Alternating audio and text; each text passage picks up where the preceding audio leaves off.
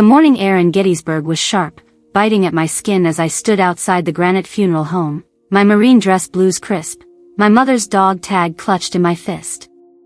I hadn't even crossed the threshold when my father's voice cut through the silence. "You don't belong here. She didn't want a traitor like you at her funeral." His words weren't just a slap, they were a blade, twisting into 16 years of absence, exile, and shame. The crowd behind him stared, some nodding, others turning away, as if I was the one who'd failed her. Rage burned in my chest, but I stood tall, unyielding. I wasn't here for him. I was here for her. I'm Emily Harper. I'm 38 years old. And this is the day I refuse to be erased. The sting of my father's words lingered as I stood there, the Gettysburg frost curling around my boots. His voice, raw and unyielding, had called me a traitor, but it wasn't new. That blade had been sharpened 16 years ago, when I was 22, standing in our gravel driveway, my duffel bag slung over my shoulder. I'd told my parents I was joining the Marine Corps. My mother, Margaret, had frozen, her hands trembling as she clutched her old dog tag from her days as an army nurse. "You're sure, Emily?" she'd whispered, her voice cracking like thin ice. I nodded, promising I'd write, that I'd make her proud. But my father, James Donovan, had exploded. "The Marines? That's no place for my daughter," he'd roared, his face red, eyes narrow. "You're throwing away your life, Emily.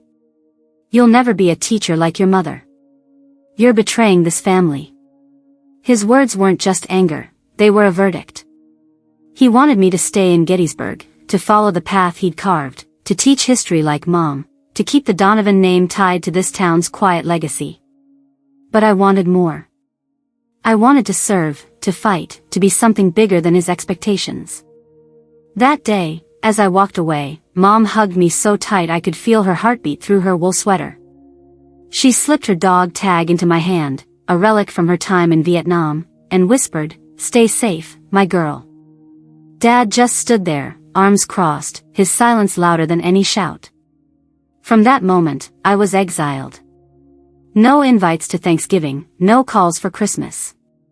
My sister, Laura, followed Dad's lead, sending nothing but a single postcard when she got married.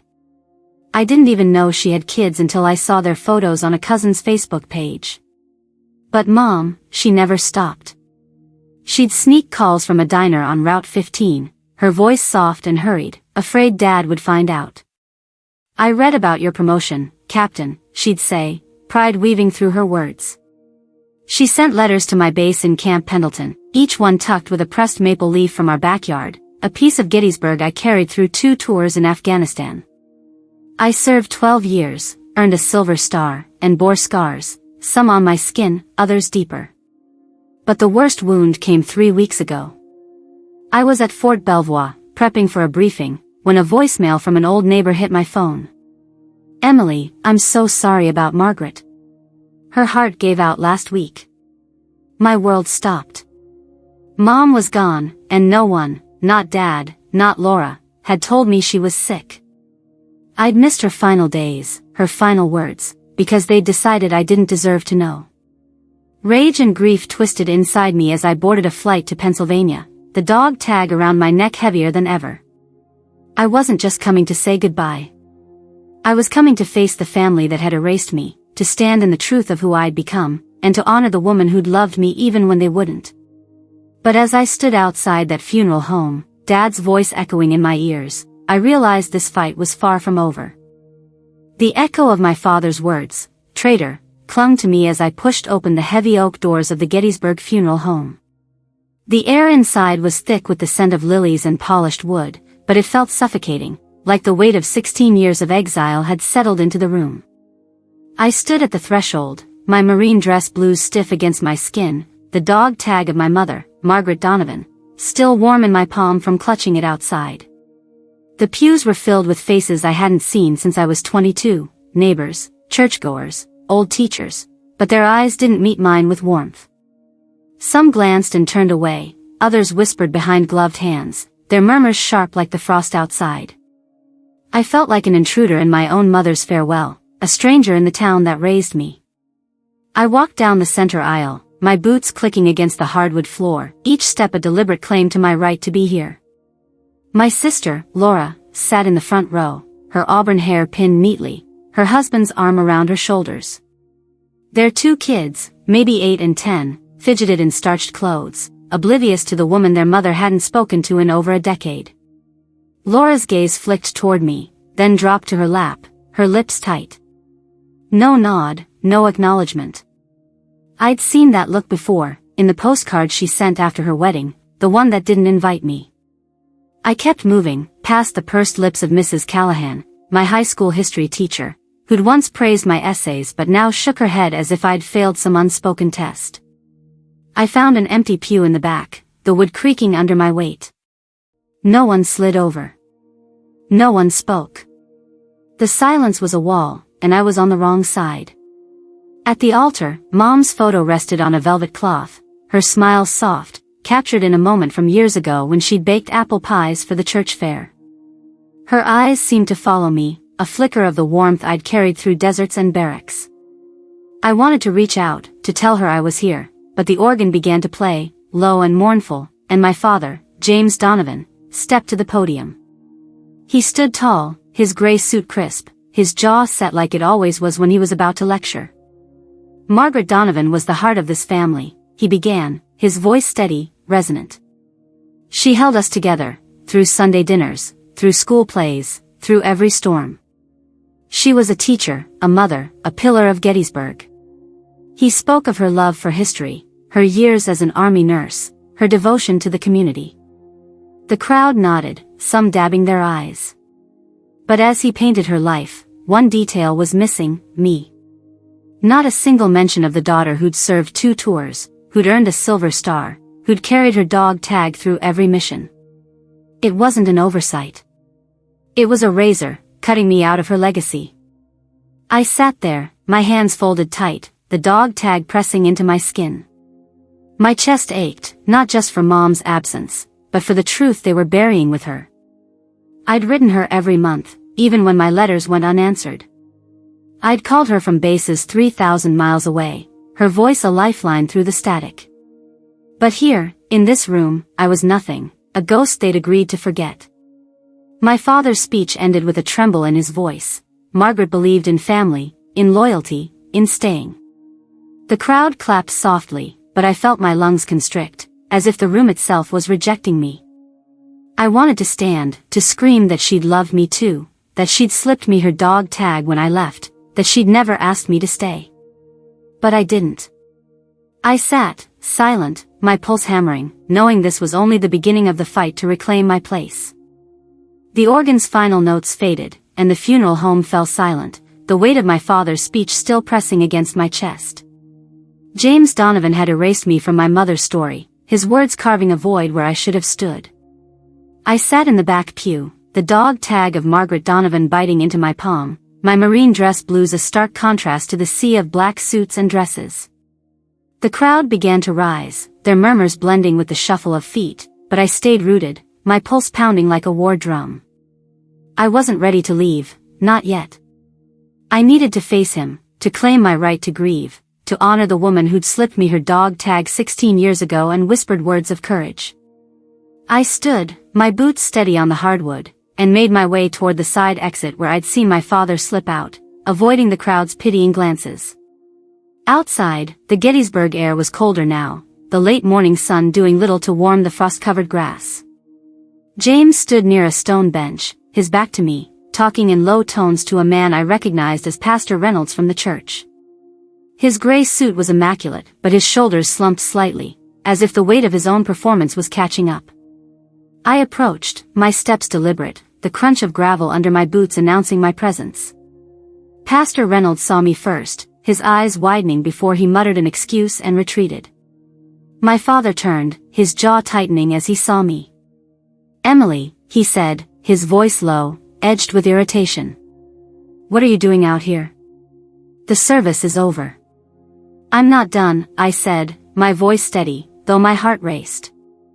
"I came to say goodbye to Mom, and I'm not leaving until I do." His eyes narrowed, the same look he'd given me at 22 when I told him I was joining the Marines. You've said enough by showing up, he snapped. Don't make this harder than it needs to be. Go back to your base, Emily. This isn't your place anymore.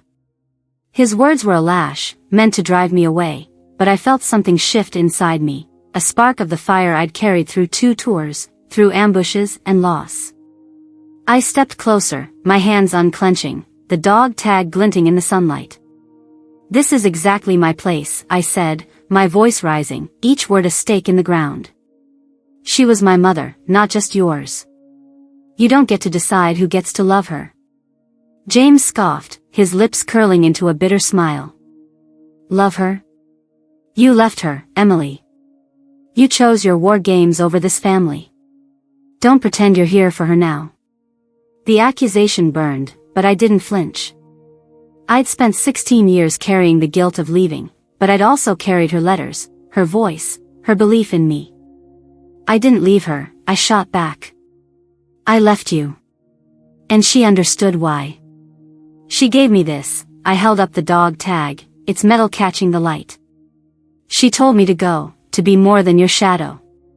His face darkened, but for the first time, I saw a flicker of uncertainty in his eyes. He opened his mouth, then closed it, his hands balling into fists. You're causing a scene, he muttered, glancing toward the funeral home where mourners were spilling out. Go inside if you want, but don't expect anyone to welcome you. I stood taller, my shoulders squared, the weight of my silver star pinned to my chest grounding me. I don't need your welcome, I said, my voice low but firm. I'm here for her, whether you like it or not. I turned and walked back toward the funeral home, my boots striking the ground with purpose. The side door led to a small room off the altar, where Mom's photo still stood, surrounded by lilies and candles. I approached, my breath catching as I saw her smile again, the one that had anchored me through every mission. I knelt, placing the dog tag gently beside her photo, its chain curling against the velvet cloth. I'm here, Mom, I whispered, my voice breaking. I kept my promise. The room was quiet, but I felt her presence, a warmth that no one could take away. I rose, my resolve hardened. This was just the beginning. I'd faced my father, but the real battle, for my place, for her truth, was still ahead. The quiet of the funeral home's memorial room lingered as I stepped away from my mother's photo, the dog tag I'd placed beside it glinting under the candlelight.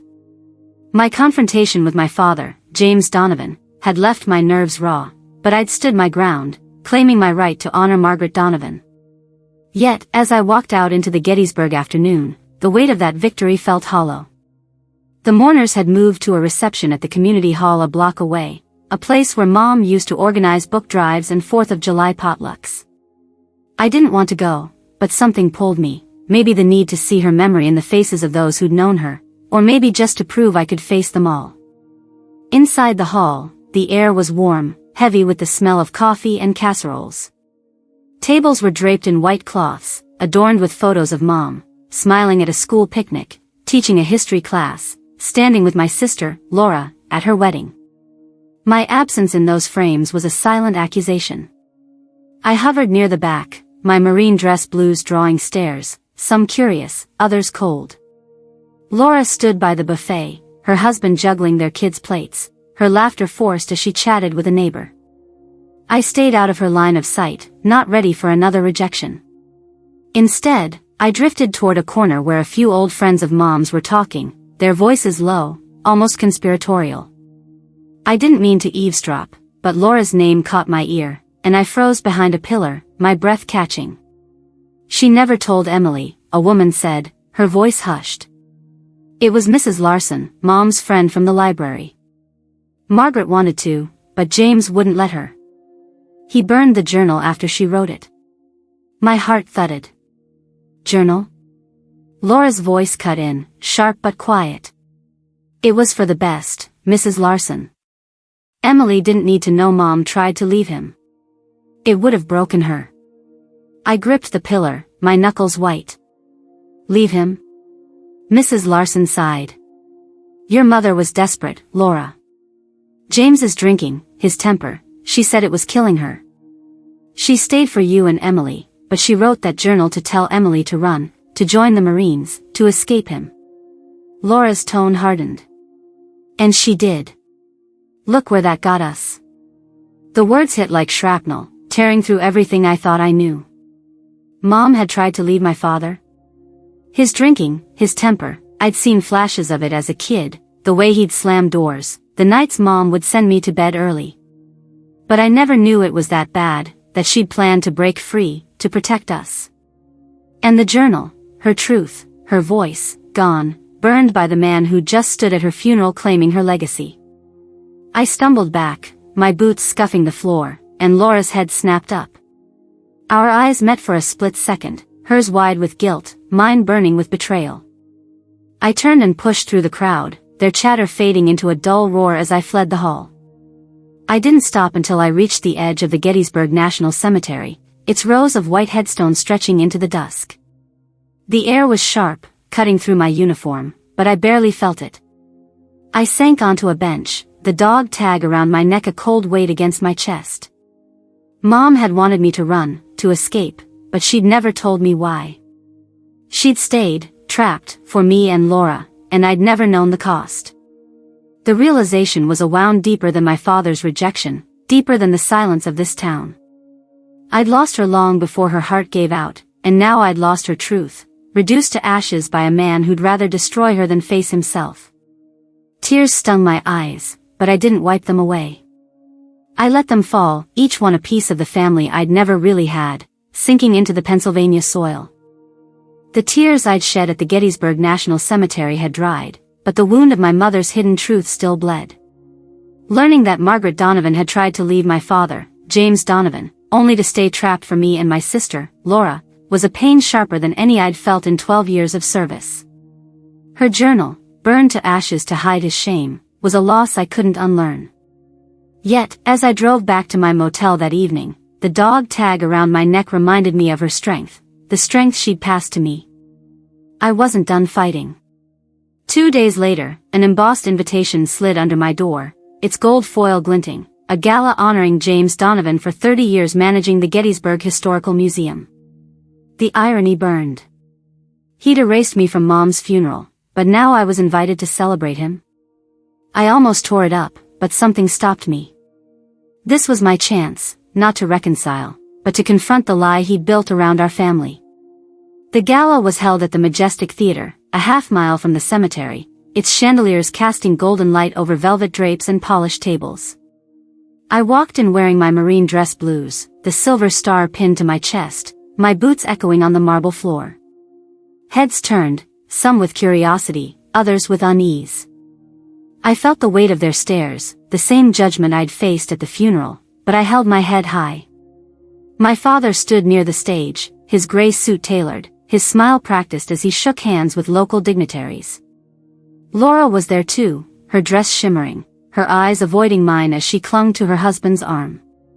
I kept my distance, scanning the room until a familiar face approached, my Aunt Susan, Mom's younger sister, her expression soft but urgent. "Emily," she whispered, pressing a sealed envelope into my hand. "Margaret left this for you. I found it in her safe at the museum. Don't let James see." I slipped it into my pocket, my pulse quickening.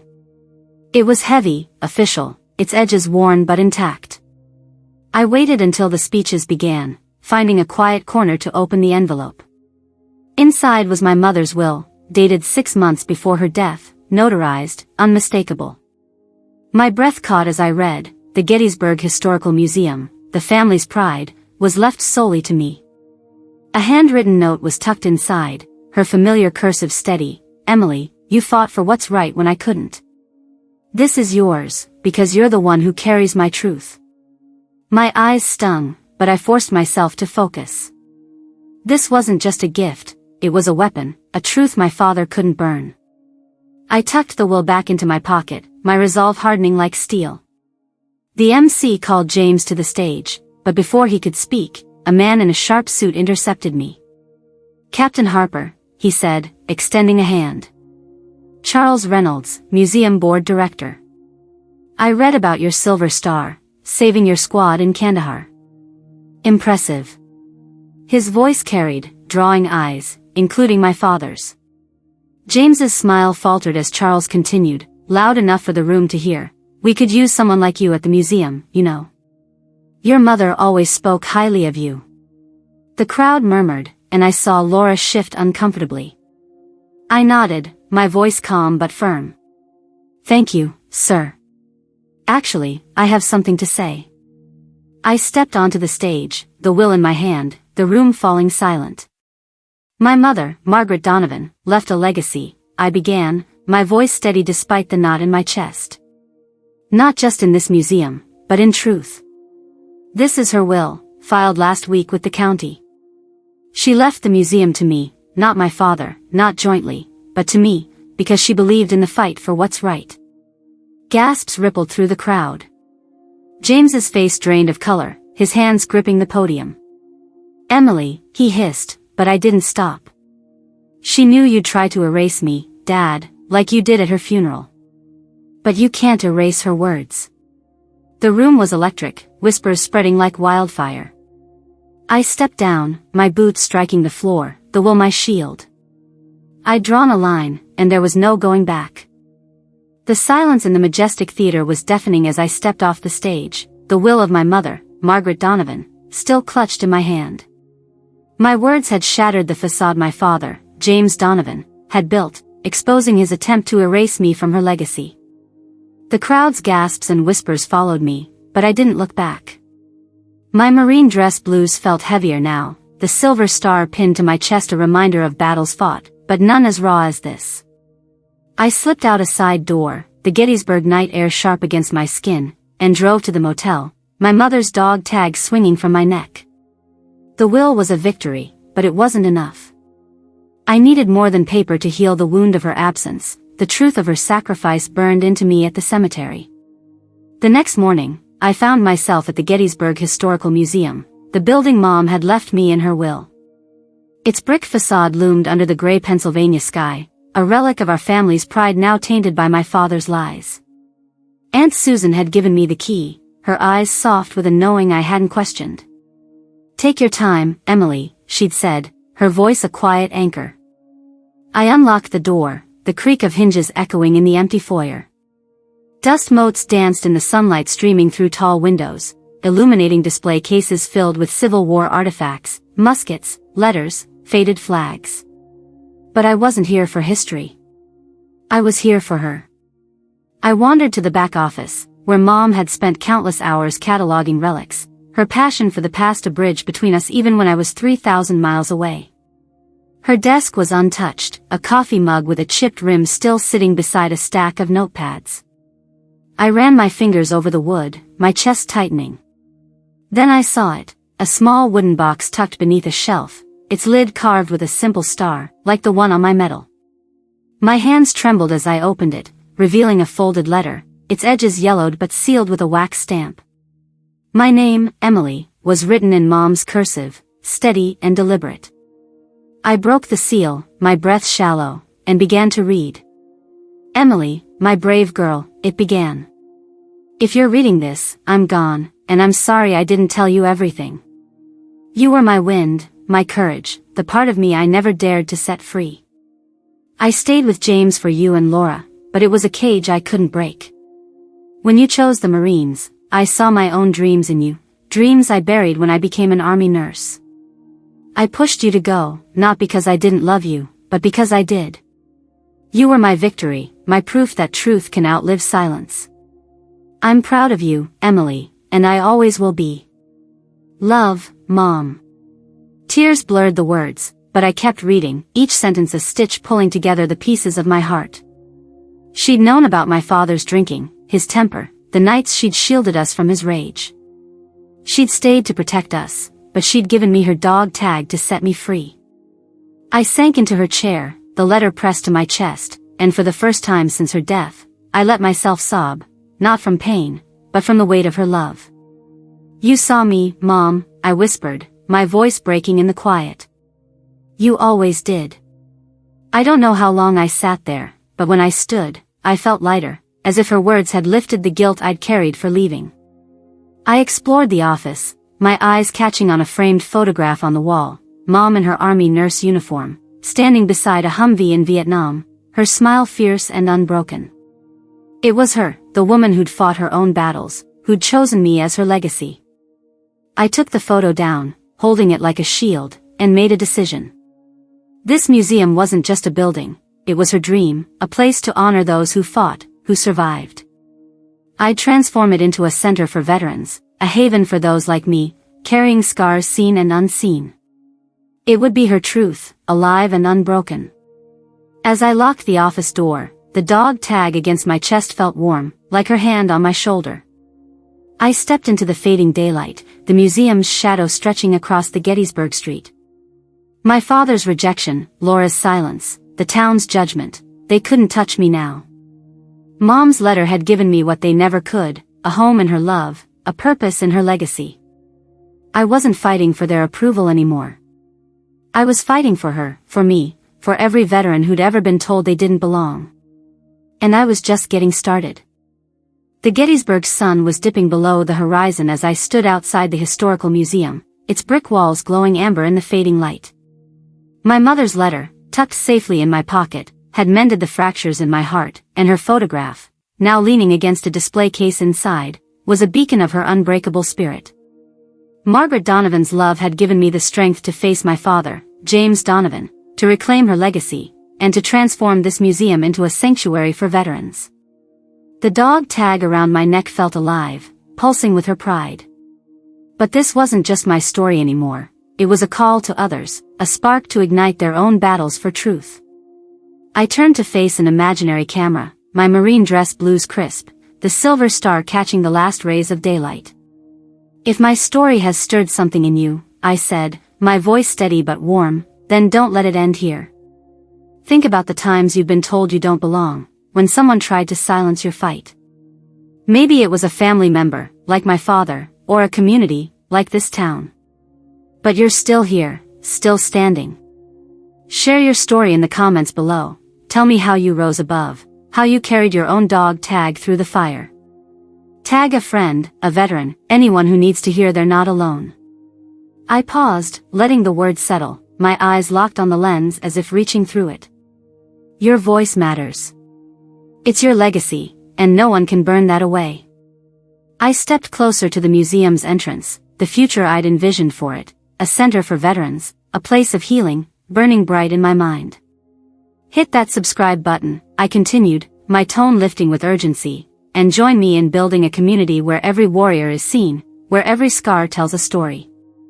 Let's honor those like my mother, who fought in silence, by shouting our truths together. The wind carried the scent of Pennsylvania earth, grounding me. I wasn't just Emily Harper, the Marine who defied her father's rejection. I was a daughter carrying her mother's dream, ready to light the way for others.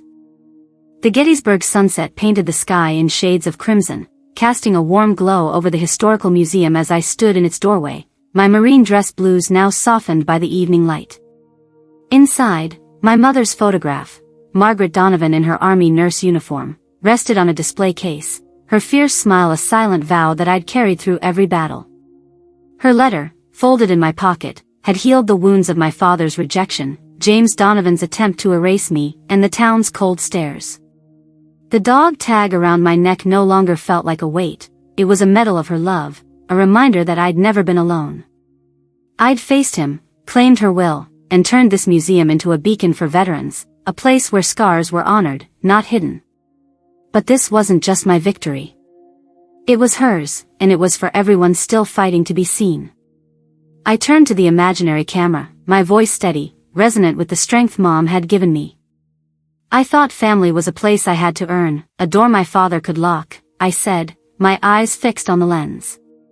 But Margaret taught me family is what you build, where you choose to stand. I'm Emily Harper, Marine, daughter, and I'm done waiting for permission to belong. I paused, the Pennsylvania breeze carrying the scent of cedar and earth. Here's the lesson, don't let anyone define your worth.